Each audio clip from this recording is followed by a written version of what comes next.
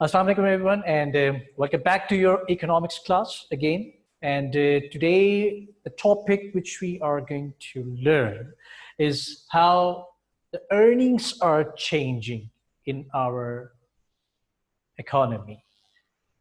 So this is a very basic question, and very important to learn that how different occupations, professions, jobs, how do they earn, and how their wages, their earnings are changing. The topic is relatively known as changes in earning in your books. And you can refer to that, and that may explain you what we are going to talk about today.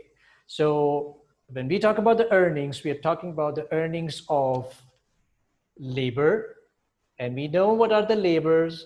Labor is a mental and physical effort to earn any material reward. It's a mental and physical effort. I hope you are all aware of this. Physical effort. Remember, it's an effort. It's not a person. A laborer is a person, like a work and workers. Work is something which is considered to be an effort, but the worker is a person who is somebody who's doing that effort. So same is with the word labor. So labor is an effort, dear students. And this effort, which is done by a person, is known as a laborer with ER. So let's raise this word and let's focus more on the labor. So we are actually talking about the efforts. So keeping this in your mind, the efforts or the labor, how do they are paid and how these payments are considered as? Yes, the very first objective which you see on this side of the board is the earning of this labor is known as wages. Any physical or mental effort against any material reward in form of a cash or in a form of any goods and services. So whatever we are earning is considered to be a wage. So now this is how we understand the wages. Now these wages are known as the earnings of the labor. So moving onward, that how they are determined. This is our second content of today's lesson. So how they are determined? This is the perfect question. They are determined in two ways. It depends what type of economy you're working in. And usually we know that we have three types of economies. We got like a market economy, we got planned economy, we got mixed economy. So in the real world, we are existing in the mixed economy, which based on both the private sector and the government or public sector. So it means that in these two sectors, how the wages are decided, that's our main focus. So if we consider about the market or somewhere in the private sector, it represents that the wages should be decided with some mechanism. And that mechanism is known as the market mechanism. And the market mechanism, in very simple, we can understand it could be through the demand and supply forces. So it's very genuine and very clear over here. When we are talking about that how the wages are decided, the first thing should come in our mind that are we talking about the market economy or are we talking about the planned economy? So if we are talking about the private sector or the market economy, then the answer is that it's decided by the market forces, the demand and supply. Okay, so we are going to illustrate that in a very short while. The next is that how these wages, how do they change? And that is our actual topic, that how the earnings are changing in an economy. So this is going to be our whole discussion for today. So having this whole complete review, we are going to start the next with how they are determined. Yes, so now I've just put this table on the board for our better understanding to explain how wages are decided. So already you have an idea that it is actually decided with the market forces known as demand and supply. But if I just add one more word with this, that when we are talking about the wages, we are actually talking about the labor market. Okay, how wages are decided. So we should understand that we are actually talking about the labor market. Now, what is a market? A market is a place, or maybe it's not. It's somewhere where you can buy and sell the labor. Like you can understand this way that any person who is giving his services as a labor, that is, and somebody who is buying that labor is going to be known as the market for the labor. Now you can better imagine, let's say if I'm not feeling well and I need to go to the doctor. Now in exchanging and getting advice from the doctor, it's going to be a labor, I have to go into a labor market. Which labor market? Now I have to find that specific labor market, and that is going to be the labor market for doctors, right? Now, again, I'm recalling this, that we are not talking about the labor which we usually find in our society, those who are picking at the bricks and somebody is working with the masons. We are talking about the physical and mental effort. So it includes all people who are giving their physical and mental efforts, and the doctor is one of them. So and a teacher could be out of them, and a computer scientist could be out of them. They are all part of the labor market. So in which labor market I will go, I will definitely demand their services, and somebody who is going to provide their services as a labor is going to be their supply of labor. Now, to produce all these things, if these things are clear to you, we are going to find out that how these demand and supply actually works. So when we talk about the demand of labor, dear students, so we need to know that who is demanding actually. And why do we demand the labor? The labor is actually a factor of production. It's very obvious that it is actually the demand for the entrepreneur. Out of the four factors of production, labor is one of the factor, and who is going to demand it? It's going to be the owner or the businessman of that whole service which is going to be provided. So demand of labor is usually done by the owner of the business or the entrepreneur or the enterprise. Now, who would supply the labor in the market? The labor itself. Yes, it's going to be labor in itself. So it means that, let's say, if there is a doctor who, if he is giving his services, if there is a teacher who is teaching in a school, if there is a cobbler who is mending shoes for you, they're all supplying their labor. But who is demanding them? Definitely, we know that every production requires four factors of production. So out of them, the entrepreneur is actually demanding the labor. Why? Because they need to combine all these factors, and then they are going to make a product or goods and services or an outcome.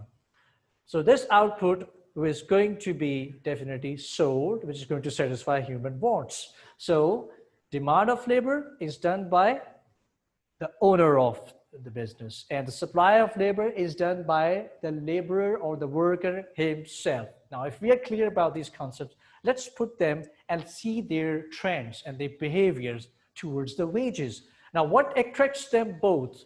That is the wage, which is our actual topic.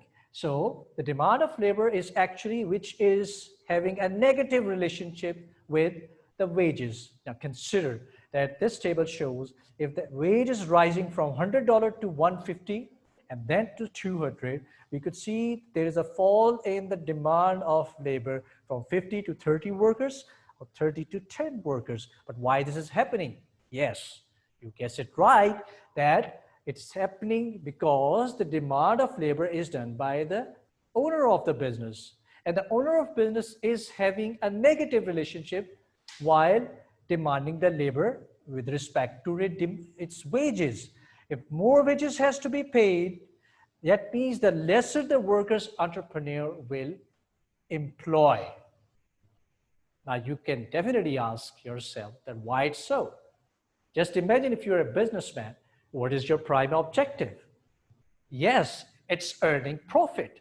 So while earning the profits, it's very much understood that you need to decrease your cost.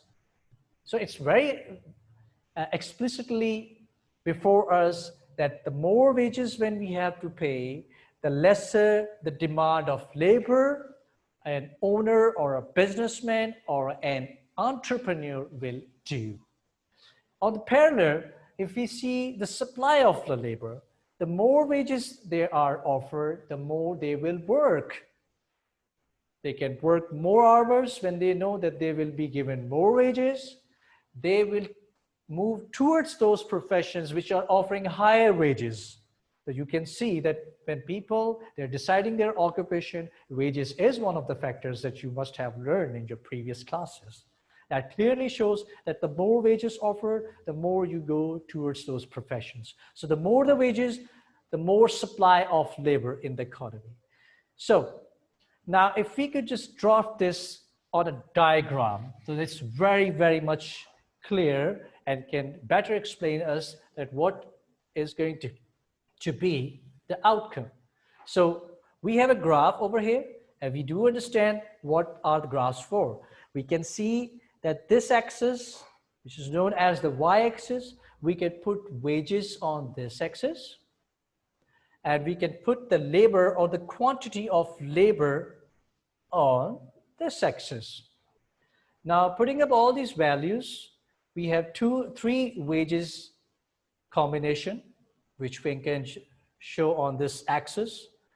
Yes, and then we have like starting from 100.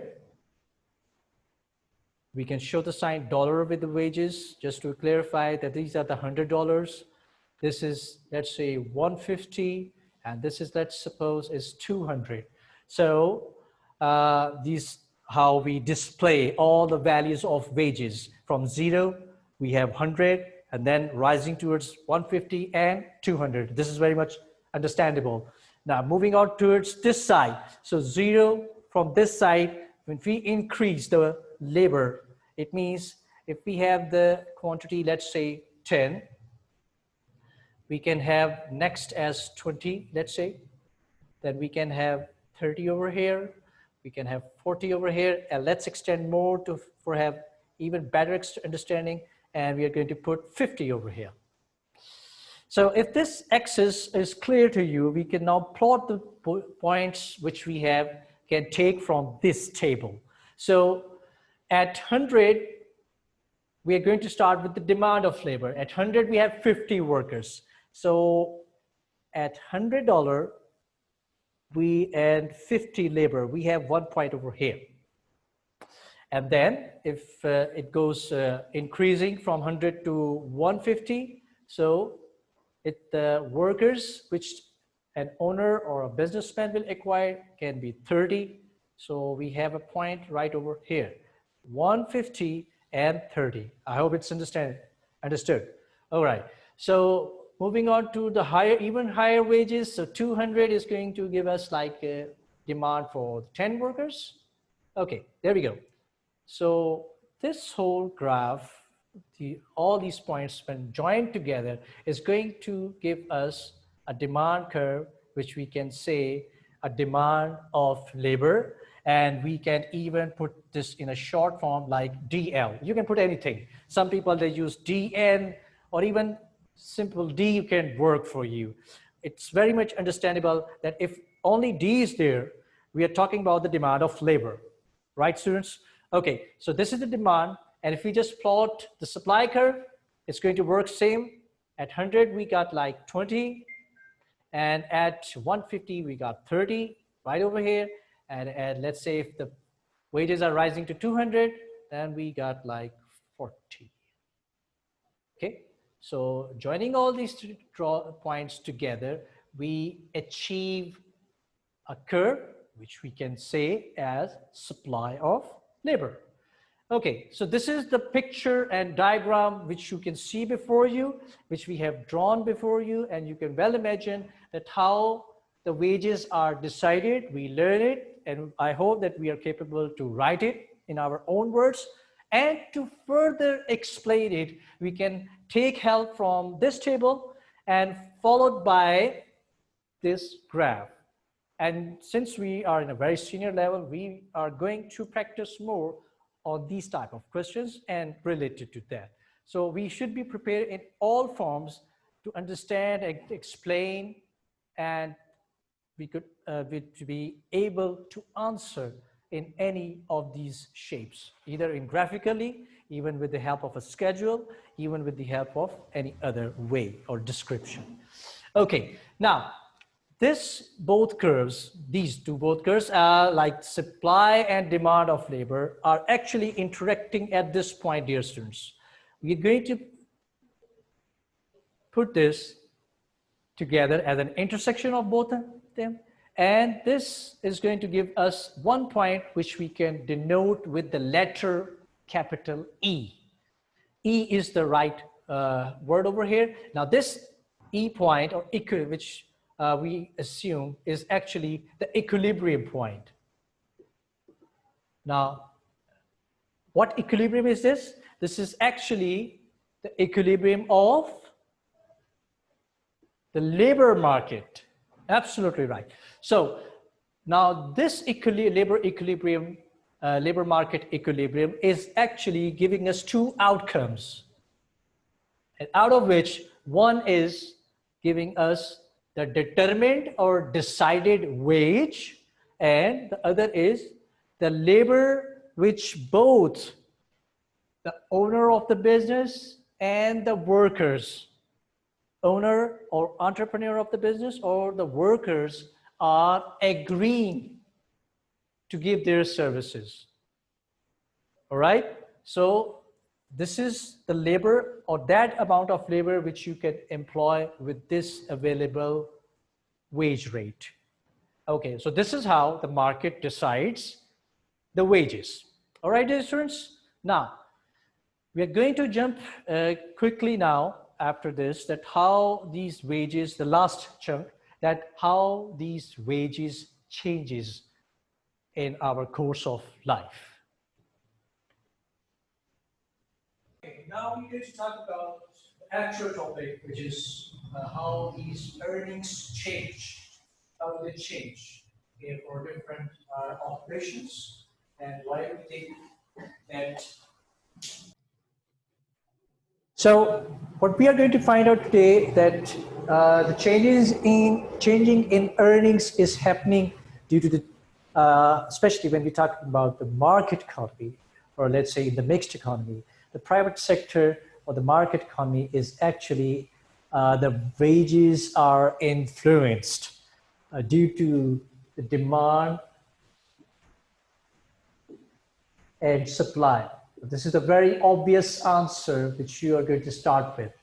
Now the next one, that definitely when the demand changes, the wages or the earnings are going to change. And let's say if the supply is changing, it's going to change wages again. So putting up the diagram again over here. Now without the values, of course, we know that we are going to put the wages on this axis and the labor on this axis, the quantity of labor, of course, and this is our demand of labor, and this is the supply of labor, deciding an equilibrium of the market, labor market, and deciding the wage rate. Let's say W this time, and the quantity of labor which is employed at this specific wage rate. Now the question is that why these changings we find in the earnings? It's just because if we find an increase in demand, or let's say a decrease in demand. The other answer is either we find an increase in supply or either decrease in supply.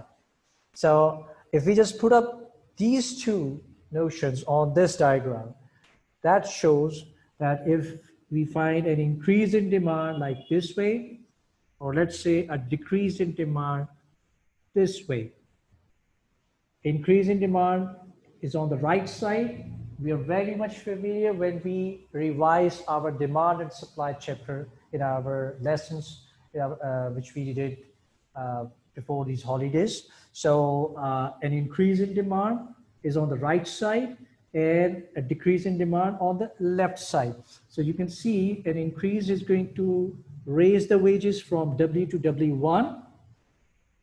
And if it is decreased from D2, let's say D2, then it's going to determine a new equilibrium, giving this labor, let's say L1, and a fall in wages, let's say W2. So a decrease in demand is actually reducing the demand wages of the worker, or if the demand of the worker is increasing, their wages are going to increase likewise. Now, this is something which is very different. You might have noticed that a moment ago, we learned that if the wages are increasing, the demand of labor, DL, is falling. But what is going on over here? This is a very perfect question which comes and strike in our mind. Please remember, when we talk about the wages and demand, as alone, they behave like this. And another reason why this is again due to the wage factor. We must not forget that. This is due to the wage factor, just like when we learned about the price and demand and supply. So wage factor decides that when the wage increases, the demand of labor falls. On the contrary, this type of change in wage is due to the other factors which are known as non-wage factors.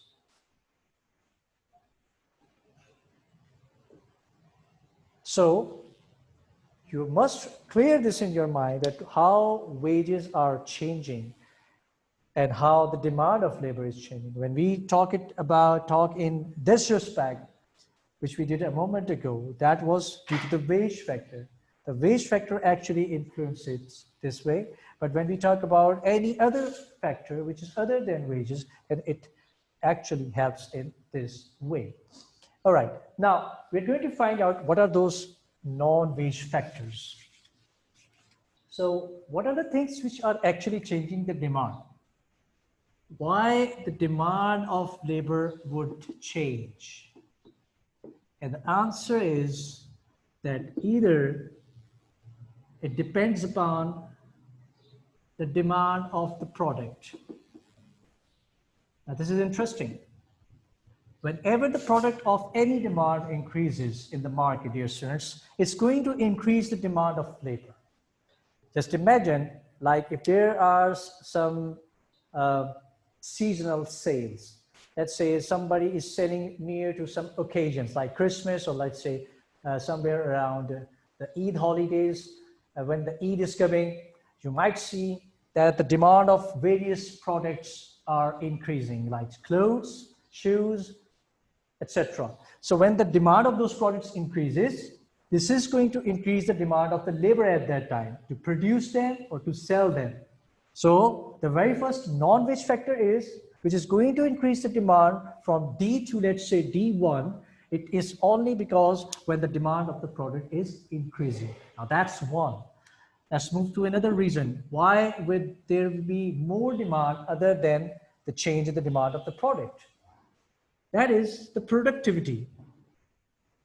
The second factor, other than wages, are the productivity.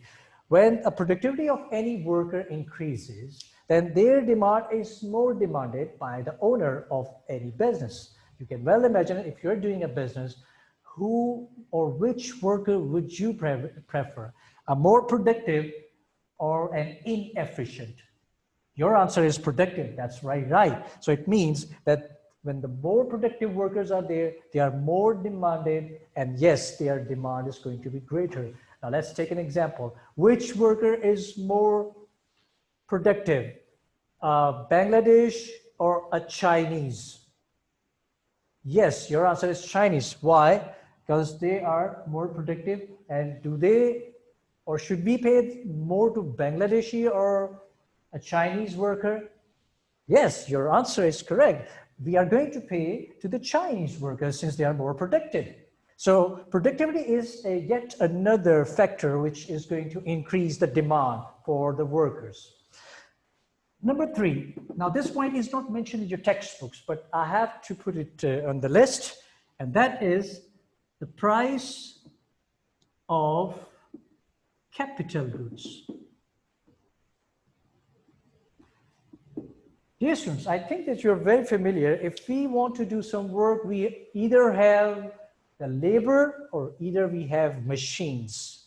So capital is a man-made resources, as you all know, and the machines are one of the examples. So just imagine if the price of capital goods or capital as a factor goes down, which means that if we find more cheap capital goods or more cheap machineries, then we are definitely going to prefer more capital goods and lesser labor.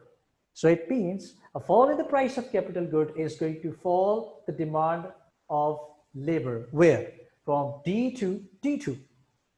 From D to D2 is going to be a fall in the demand of labor, and this is yet another factor which can also influence the demand of labor in the market.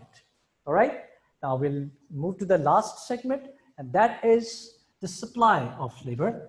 What are the factors which could influence the supply?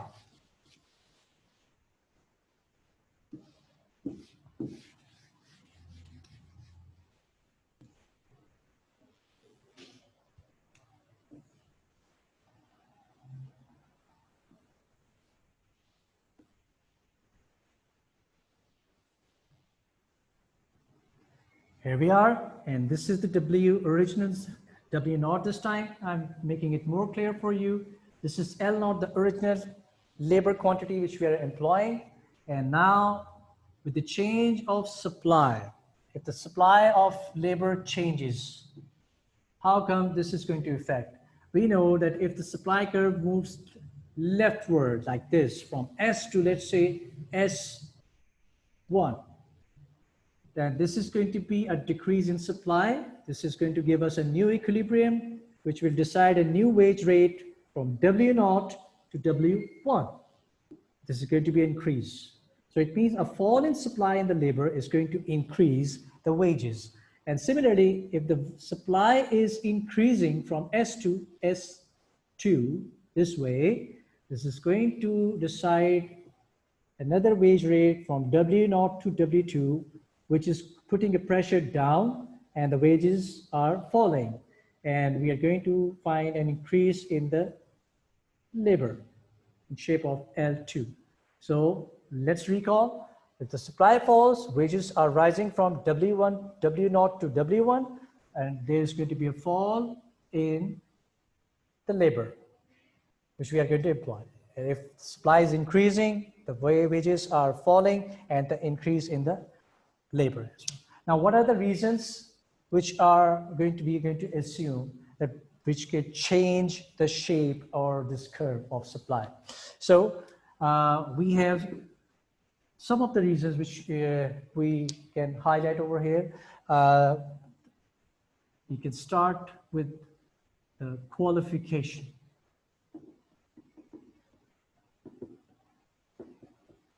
Now, in some labor markets, qualification is very important. For instance, like the medicine. Now, the medicine or the doctors, we could see that there's a qualification required. Then when you're going to put up more qualification barriers, then you are going to reduce the supply of them. Let's say if you want to reduce the supply, and some organizations, they put up that the doctors need to be qualified with more additional courses. So that means the qualification barrier is going to work on the supply of the labor of doctors in the market. So the higher this qualification barriers, the lesser the supply you will find, because the more workers, they will not be able to work since the qualification is going to be a barrier. It's going to be a factor which will stop their supply in the market. Number 2, skills. The skills are something very important.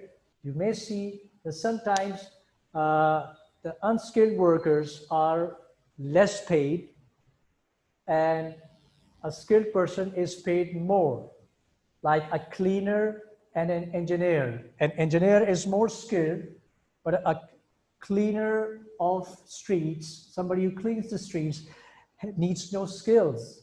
That means that those persons, those have a very less skills, are going to have lesser supply in the market, and some of them are going to have, those who have high skills will be having higher wages. Now, after the skills, we can also see that some of experience. In some organizations, experience is also very much important role to play, and that shows that how experience can play. The higher the experience, the higher the wages. The higher experienced person you require, if you put the barrier of the experience that a person should be experienced of like 5 to 10 years, that you will find very less persons. So the supply will definitely fall down. So experience is yet another. Now, in some private sector and public sector, this is our next point. In some regions, in some countries, we find differences in earnings. Some areas in some countries, the public sector is paid more, but most of the trend, we will find that the private sector are paid more. So we also find the changes due to this. Can you stop? Okay, so after the public and private, we have another option like why there would be more change in earnings, and differences in earning can be due to bargain power of workers. Bargain power. You must remember that when we started this topic, we have one thing which we understood, that this point is actually where both workers and employer or the owner are willing to buy and sell the services of labor. So it means that how they are successful, it depends upon the bargain power. Like you are always bargaining while you are deciding your wage. The workers, they're going to ask that they need this much, and the owner are going to put pressure that they should earn this much. So with the mutual agreement, they decide a wage. Now, who will earn more? It sometimes depends upon the bargain power. So some organizations or some unions, let's say, they are mostly more capable to have a power to bargain. For instance, if I put example like trade unions over here, trade unions are usually who are working or representing a group of workers who are actually negotiating their wages sometimes. So if these trade unions are more in power, then they could definitely impress or influence the wages. So the more they are in power, the more they can influence the wages. So this also actually affect the supply of labor. So the lesser the bargaining power, the more supply they can find, and you can find that their wages might fall. Okay, now sometimes wages or earning are changing due to the gender differences. Like we know that the males and females, their wages are discriminating. Their wage have differences. There's a very good reason behind it. Like usually it depends upon various factors. Like sometimes the wages paid to the females are usually the females are not in power to negotiate their wages to that level. In some economies, in some societies, females are not appreciated to be worked, and that's why they are unable to earn higher wages as compared to the males. Secondly, the females are not physically that strong to work those that they could work some very tough jobs. So that's why sometimes they are also not paid to that level. So sometimes they are also discriminated due to this factor.